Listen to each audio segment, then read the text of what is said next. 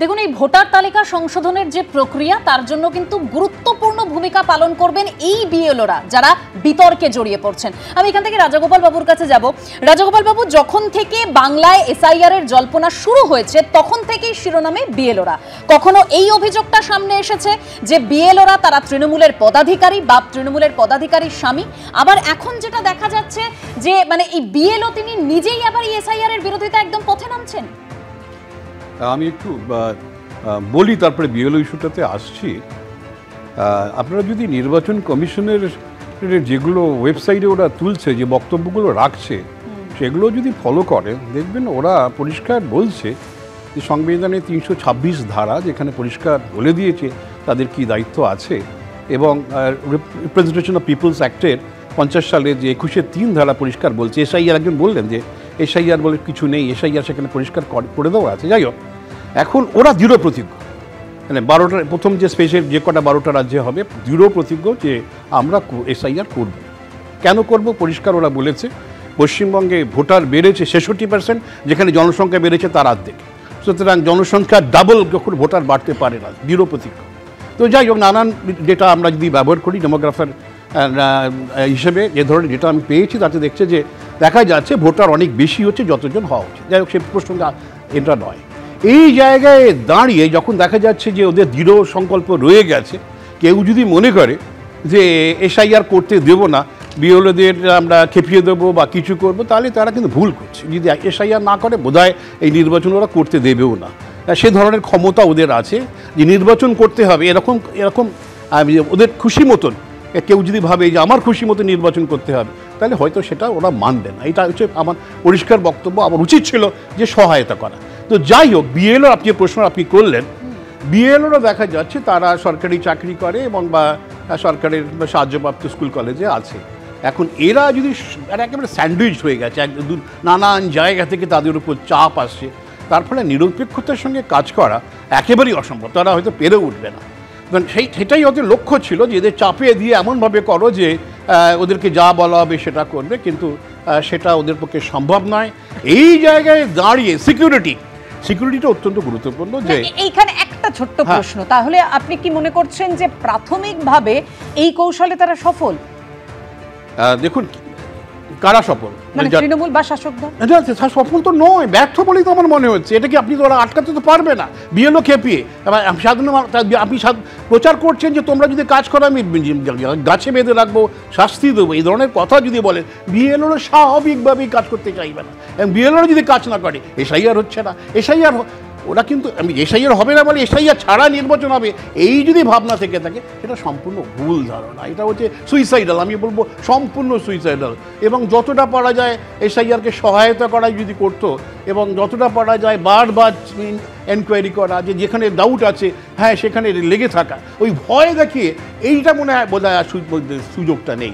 যেটা চেষ্টা চলছে ভয় দেখিয়ে এসআইআর তুলে দেবো, এই কেননা আমরা দেখুন যে আমি একটা ছোট্ট হিসেব যেটা বলতে চাই যে মোটামুটিভাবে পশ্চিমবঙ্গে এই মুহূর্তে যে বিভিন্ন ডেমোগ্রাফিক অ্যানালিসিস থেকে দেখা যাচ্ছে 7 লক্ষর বেশি ভোটার থাকা উচিত নয়। সেখানে ছিল 7,66,000, মানে 66 লক্ষ, সরি এই লক্ষ কোটির একটা 66 লক্ষ কিন্তু বাড়তি ভোটার থাকছেই। এটা যদি দেখে নানানভাবে হিসেব করেন পাওয়া যাবে। 66 লক্ষ যদি বাদ চলে যায় ভয় তো থাকবেই।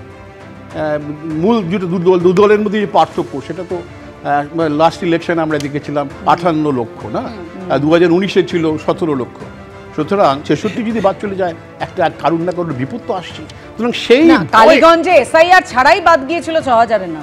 হ্যাঁ, সেই বলছি, এসআইআর ছাড়াই যদি বাদ দিয়ে থাকে, ভালো করে ইন্টেনসিভ রিভিশন যদি হয়, আমার ধারণা, কেননা শুধুমাত্র যারা বলছে তা আমাদের 326 ধারা যদি ভালো করে দেখেন, জঞ্জদা আছেন উনি বলতে পারবেন, রেসিডেন্স, হ্যাঁ আপনার নর্মাল রেসিডেন্স এই এলাকায় কিনা সেটা। আমি এখান থেকে তন্ময়দার কাছে যাবো। তন্ময়দা, আমাদের মনে আছে মানে এখান থেকে শুভেন্দু অধিকারী কিন্তু বলেছিলেন যে নো এসআইআর নো ভোট, এবং রাজাগোপাল বাবু যেটা বলতে চাইছেন যে এই যে তৃণমূলের কৌশল সেটা বুমেরাং হয়ে ফিরে আসবে। আমার এখানে দুটো বক্তব্য আছে। রাজাগোপাল বাবু যেটা বললেন সেটা হচ্ছে জনসংখ্যা বেড়েছে এবং সেই মতো হিসেব করে উনি বুঝতে পারছেন 66 লক্ষ ভোটার হয়তো এক্সেস হয়েছে। জনসংখ্যা বেড়েছে এইটাই তো হয়নি, সেন্সাসটাই তো এতদিন ধরে কেন্দ্র সরকার করতে পারেনি। কেন 16 বছর ধরে সেন্সাসটা হয়নি? এক মিনিট আমি বলি তো না, জনসংখ্যা বলেছেন, এবার জনসংখ্যার সঙ্গে ভোটারের যে রেশিও অর্থাৎ ইপি রেশিও, আমি ওরা তো বলছি যে আগে আপনারা সেন্সাস করে এসআইআর করলেন না কেন? এক আর দ্বিতীয় কথা, ভয়ের কথা বলছেন তৃণমূল কংগ্রেসে। প্রথম কথা, গত নির্বাচনে 42 লক্ষ যে ভোটের ডিফারেন্স ছিল, আপনারা ধরেই নিচ্ছেন 42 লক্ষ ভোট তৃণমূলের থেকেই বাদ যাবে। তার মানে বিজেপি নেতৃত্ব যেটা বলছে, নির্বাচন কমিশন সেই কাজটাই করবে, যে 42 লক্ষ ভোট তৃণমূল বেশি পেয়েছিল, ওই 42 লক্ষ ভোটকেই ধরে ধরে কেটে দেবে, এটাই বলছেন। তো তাহলে প্রমাণ হয়ে গেল, কিন্তু কমিশন এটা বলেছে যে বিহার থেকে কিন্তু এরকম কোনো অভিযোগ আসেনি। নির্বাচন কমিশন আপনাদের আপত্তিটা কোথায়? কোর্টের পথ তো খোলা আছে। আমরা তো বলেছিলাম, আমরা যে প্রস্তাব দিয়েছিলাম সেই প্রস্তাব অন্যরা মানতে সাহস পাচ্ছেন না। কারণ আমরা বললাম যে আপনারা বলছেন এত ভুয়ো ভোটার, ঠিক সব ভুয়ো ভোটার আছে, গোটা পশ্চিমবাংলার ভুয়ো ভোটার আছে, তাহলে পাপিয়া শোনো শেষ করে, আমি বললাম তাহলে এসআইআরটা করা হোক। সেই এসআইআরটা করার পরে মানুষের কাছে আমরা যাই। লোকসভা নির্বাচনটা তো ওই এসআইআর করার আগে হয়েছে, তার মানে প্রধানমন্ত্রী, স্বরাষ্ট্রমন্ত্রী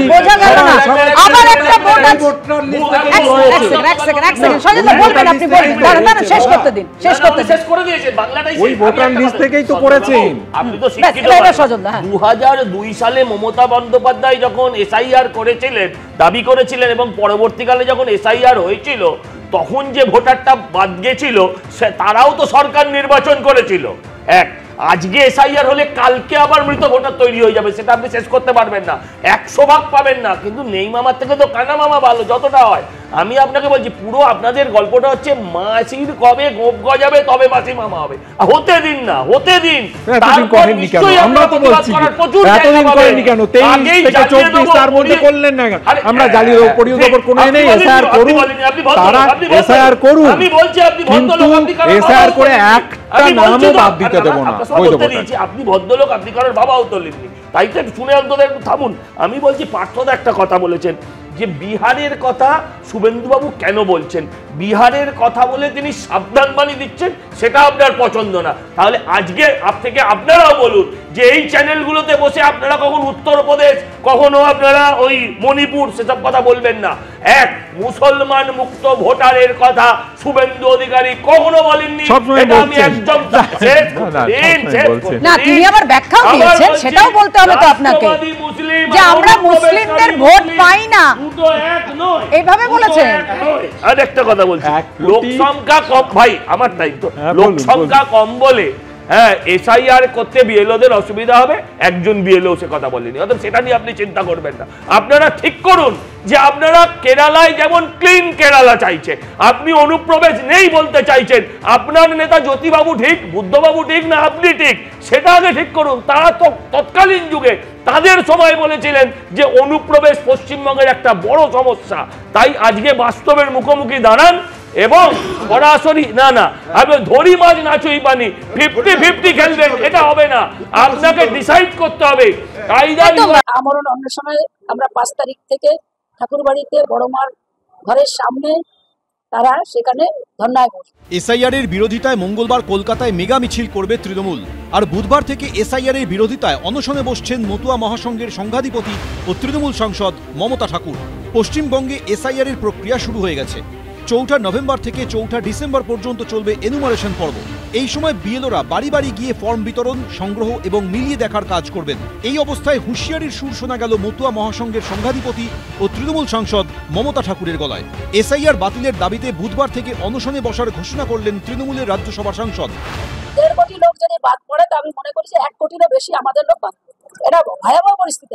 অল ইন্ডিয়া মতুয়া মহাসংঘ আজকে মিটিং করে সিদ্ধান্ত হয়েছে যে আমরণ অন্বেষণে আমরা 5 তারিখ থেকে ঠাকুরবাড়িতে বড়মার ঘরের সামনে তারা সেখানে ধর্নায় বসবে।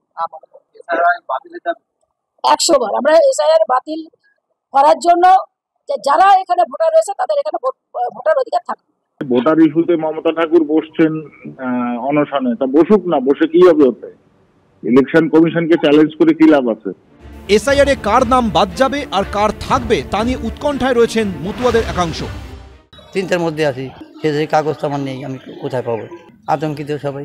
এমএলএ এমপি চিফ মিনিস্টার, কোথাও আজকে আমাদের প্রধানমন্ত্রী হচ্ছে, এটা আমাদের ভোটে হলো। এখন বলছে যে তারা 2003 সালে যদি তাকে জন্ম সার্টিফিকেট না 11 রকমের ডকুমেন্ট যেটা চাইছে, এটা যদি না থাকে তাহলে তারা নাগরিকত্ব কেড়ে যেতে। আমাদের ভবিষ্যৎ কি? একের পর এক আমরা আন্দোলন করে যাচ্ছি এবং এই আন্দোলন চলবে। বাংলার প্রায় 2,87,00,000 মানুষ নমশূদ্র সম্প্রদায়ের, যার সিংহভাগই মতুয়া। বাংলার অন্তত 74টি বিধানসভা কেন্দ্রের ফলাফলে গুরুত্বপূর্ণ ভূমিকা পালন করে মতুয়া ভোট। উত্তর ও দক্ষিণ 24 পরগনার 31টি সংরক্ষিত বিধানসভা আসনে কার্যত নিয়ন্ত্রকের ভূমিকা নেয় মতুয়া ভোট ব্যাংক। মতুয়াদের আগে নাগরিকত্ব সুরক্ষার দরকার।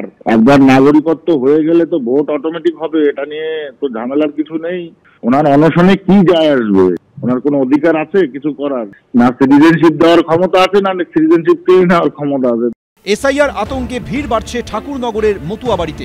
এখানেই ক্যাম্প করে দেওয়া হচ্ছে মতুয়া কার্ড আর ধর্মীয় শরণার্থী কার্ড। সবাই বলছে করতে, তার জন্য করছি। কি কি ডকুমেন্টস জমা দিতে হচ্ছে অ্যাপ্লিকেশনের সঙ্গে? অ্যাপ্লিকেশনের সঙ্গে এক কপি ফটো আর আধার কার্ডের জেরক্স আর ফর্মটা ফিল আপ করে দিতে হচ্ছে। আর কত মূল্য দিতে হচ্ছে? 100 টাকা মূল্য। সব মিলিয়ে এসআইআর শুরুর আগে চড়ছে রাজনীতির পারদ। সমীরণ পাল, এবিপি আনন্দ, উত্তর 24 পরগনা।